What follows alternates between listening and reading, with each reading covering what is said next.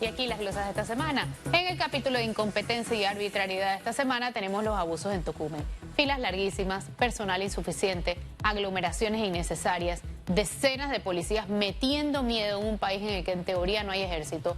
Y peor aún, pruebas a personas que ya traen la suya y estadías obligatorias en hoteles no elegidos por ellos a pesar de 2 negativos, sin pasaporte y con desconocidos. Eso atenta no solamente contra la imagen del país, sino contra las garantías fundamentales de la gente. Amén de que no beneficia el control epidemiológico porque esa cepa, una de muchas, está en 40 países y podría entrar a Panamá de donde sea.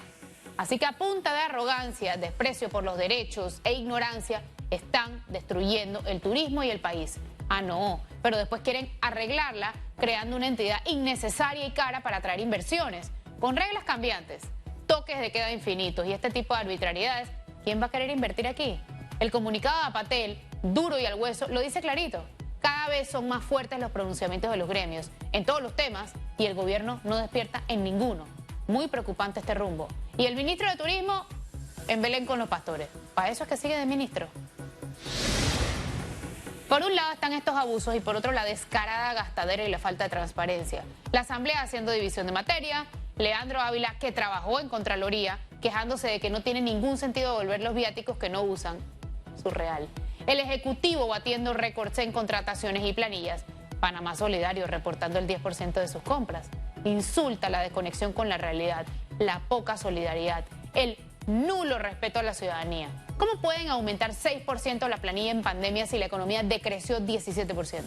Ese 17% representa una pérdida de 46 millones cada día. Pero no, ellos siguen contratando gente y además pagándoles el 100% del salario porque nunca se los bajaron. Contratando gente cuestionable además, si no miren a Nelly Wackett, miembro de la prestigiosa lista Clinton. $6.000 en presidencia más la fina cortesía de un billetito para divulgación radial.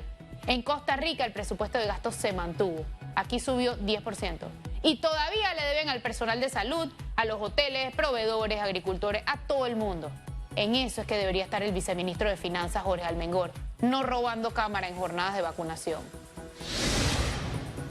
El Meduca cedió a las presiones de los gremios docentes y suspendió la apertura de las escuelas, aun cuando eran solamente 19 escuelas semipresenciales graduales y voluntarias.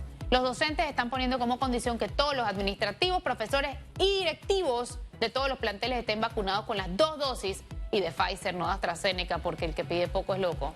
Y tener agua en todas las escuelas cuando hay escuelas que nunca han tenido. Con esas exigencias que dejan claro que ellos no quieren trabajar, no vamos a abrir nunca el país. Y como ellos siguen cobrando, más cómodos están. ¿Qué importan los alumnos, no? Explíquenme en qué trabajo uno sigue cobrando sin ir por más de un año y después se da el tupé de decir no cuando el jefe dice que es hora de volver. Ellos llegan hasta donde se los permiten y demasiado lejos les han permitido llegar. Por cierto, Cortizo sigue sin vetar el proyecto que obligaría a las escuelas a dar descuentos. Ojo a eso. Hablando de absurdos, no me dejan de indignar que los pacientes crónicos hayan tenido que salir a protestar para que los vacunen. ¿En qué país serio va modificando el orden de vacunación? Esto lo hicieron sin que los expertos que tienen aconsejándolo siquiera lo supieran. ¿En qué país serio han ido primero los docentes y los administrativos de la fuerza pública y los ministerios que los enfermos crónicos que representan el 70% de los fallecidos? Cuando ya vacunaron, por cierto, hasta los administrativos de la Corte, a los alumnos de odontología de la universidad que no ven pacientes, a un chorro de PRDs. El sentido común aquí es nulo. ¿Cómo se explica que hayan metido al 8.1 y al 8.9 antes que el 8.7 sin siquiera tener la decencia de explicarlo? Y siguen sin aceptarle la ayuda de los hospitales privados que hasta el algodón les iba a regalar. A este paso vamos a terminar de vacunar como en el 2028. Y me he pegado esta divertida en los últimos días leyendo el Panamérica y viendo cómo le sacan los trapos a los delatores de Martinelli.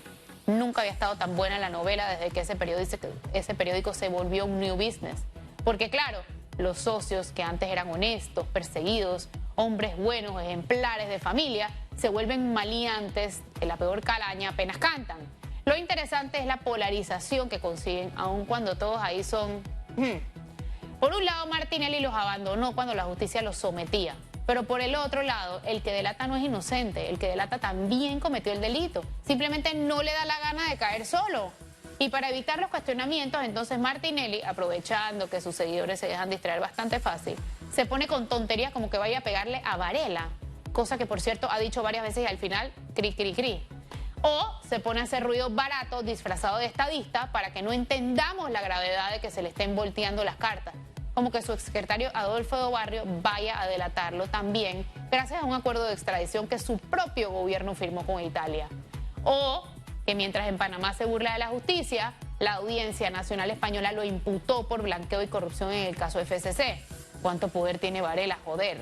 FCC, la misma empresa que confesó coimas afuera, que no las ha querido confesar aquí y que habiendo un arbitraje internacional sigue sentada en la mesa grande negociando a puertas cerradas con el Seguro Social.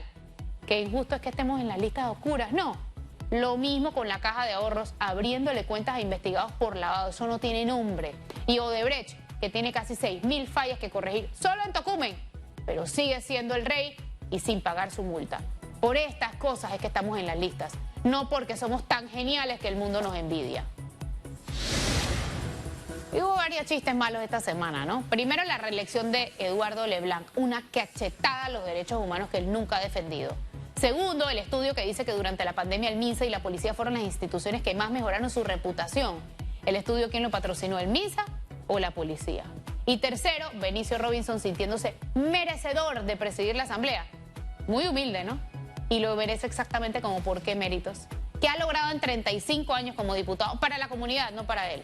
Al final, probablemente el 1 de julio lo vamos a ver sentado en esa silla.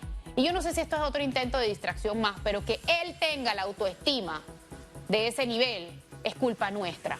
Él no llegó ahí ni se ha reelecto 6 veces, solo a pesar de sus escándalos. Por cierto, él dijo que el que habla ahora de candidaturas presidenciales no quiere a su país. ¿Con quién iba eso? ¿Contra José Gabriel Carrizo o contra él mismo, que también dijo que él tiene derecho y que quién nos va a aguantar cuando él anuncie su candidatura? Eso sería un sálvese quien pueda. Esta semana, como para variar, la Corte reafirmó la tragedia que es nuestra justicia. Primero con el juicio de Arquesio Arias, que empezó pero tuvieron a los testigos 12 horas encerrados sin siquiera comer y sin celular. Y segundo, no admitiendo el amparo que buscaba revertir la decisión de la jueza que le ordenó al diario La Prensa no dar detalles de la investigación a Janio Lescure. Esa investigación es sobre compra y venta de fallos en la Corte, la misma Corte que decide prohibir que se publique algo al respecto. Un conflicto de intereses vergonzoso y una complicidad casi autoincriminadora, cuando ellos deberían ser los principales interesados en probar que eso es una mentira, a menos que no lo sea. ¿Para quiénes trabajan los magistrados? Porque evidentemente para la justicia no.